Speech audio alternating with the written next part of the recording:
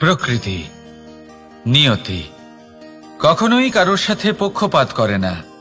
প্রত্যেককে জীবনদান দেয়, সমান সুযোগ প্রদান করে। এটা সেই ব্যক্তির উপরে নির্ভর করে যে সে কিভাবে তার থেকে লাভবান হয়ে উঠবে। তার নির্বাচনের উপর নির্ভর করে, তার দৃষ্টিভঙ্গির উপর নির্ভর করে যে সে কতটা ধনাত্মক বা কতটা নেতিবাচক। দুই ধরনের মানুষ হন। এমন কিছু মানুষ হন যারা প্রত্যেক পরিস্থিতি, প্রত্যেক সমস্যা এবং বিপদে সুযোগ খুঁজে বের করেন। আর কিছু এমন মানুষ রয়েছেন যারা যে কোনো সুযোগে কোথাও না কোথাও থেকে একটা সমস্যা খুঁজে বের করেন। এবার আপনি কি চান? আপনি সুযোগ চান, তাহলে সুযোগ পাবেন। আপনি সমস্যা পেতে চান, সমস্যা তো আপনি চাইলেই খুঁজে পাবেন। চয়ন আপনারই, যে আপনি কতটা ধনাত্মক থাকতে চান, কতটা নেতিবাচক থাকতে চান। ধনাত্মক থাকুন, জীবনে সব কিছু সম্ভব হবে। আসুন আর আমার সাথে ভালোবেসে বলুন, রাধা রাধা। যখনই আমরা কথা বলি জলরাশির বিষয়ে, যখন আমরা তুলনা করি, তখন আমাদের খুব ভালো লাগে মিষ্টি সরোবর, পুকুর, নদী। আর আমরা অপেক্ষা করে থাকি সাগরের জন্য, সমুদ্রের জন্য। কেন করি? কারণ এই সাগর, এই সমুদ্র, এ হলো অত্যন্ত বিশাল আর ভয়ানক। এর জলও কিন্তু নোনতা, যা আমরা পান করতে পারি না।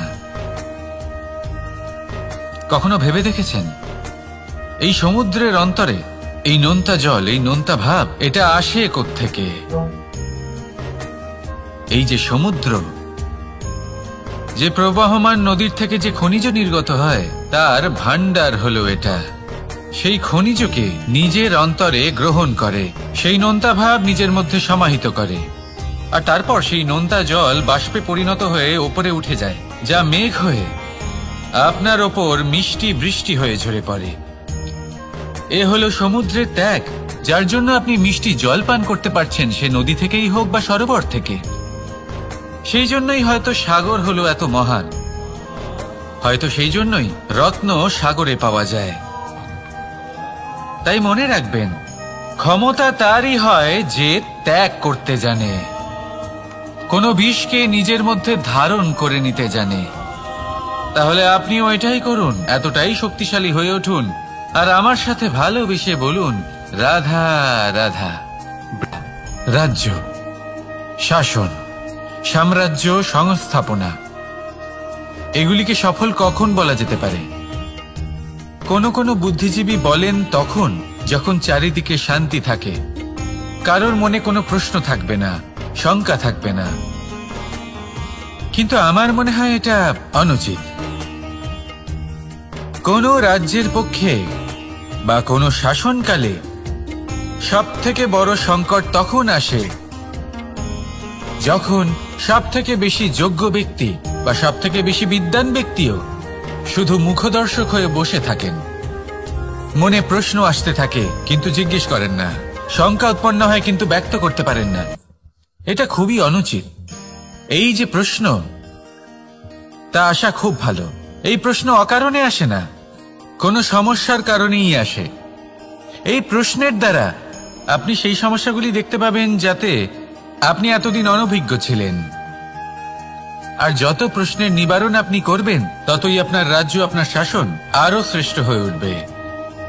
এই প্রশ্ন, এই শঙ্কা, এগুলো আপনাকে সমাধানের চূড়াতে অবশ্যই নিয়ে যাবে। সেই জন্য না প্রশ্ন করা অনুচিত, আর না শঙ্কা ব্যক্ত করা অনুচিত। আর না তিনি মূর্খ যিনি প্রশ্ন করেন, শঙ্কা ব্যক্ত করেন। তাই এনাদের কখনো দূরে করে দেবেন না, এনাদের নিজস্ব মতামত রাখতে দিন। যখন সবাই মিলে একমত হবেন, তখন নিশ্চিত রূপে বলা যায় যে এই রাজ্য, এই শাসন, এই সংস্থাপনা সাফল্যের শিখরে রয়েছে। তাহলে আসুন আর আমার সাথে ভালোবেসে বলুন, রাধা রাধা। কোনো প্রাণী, মানুষ অত্যন্ত চঞ্চল হয়, একদম জলের মতো। জলও অত্যন্ত চঞ্চল, অত্যন্ত উৎসুক। জল সবসময় উৎসুক হয়ে থাকে আকাশের কাছে যাবার জন্য। সেই জন্য সে নিজেকে জ্বালায়, বাষ্প হয়, আর আকাশে পৌঁছে মেঘে সমাহিত হয়ে যায়।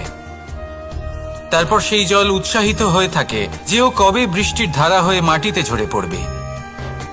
প্রখর বায়ুর বেগ সহ্য করে।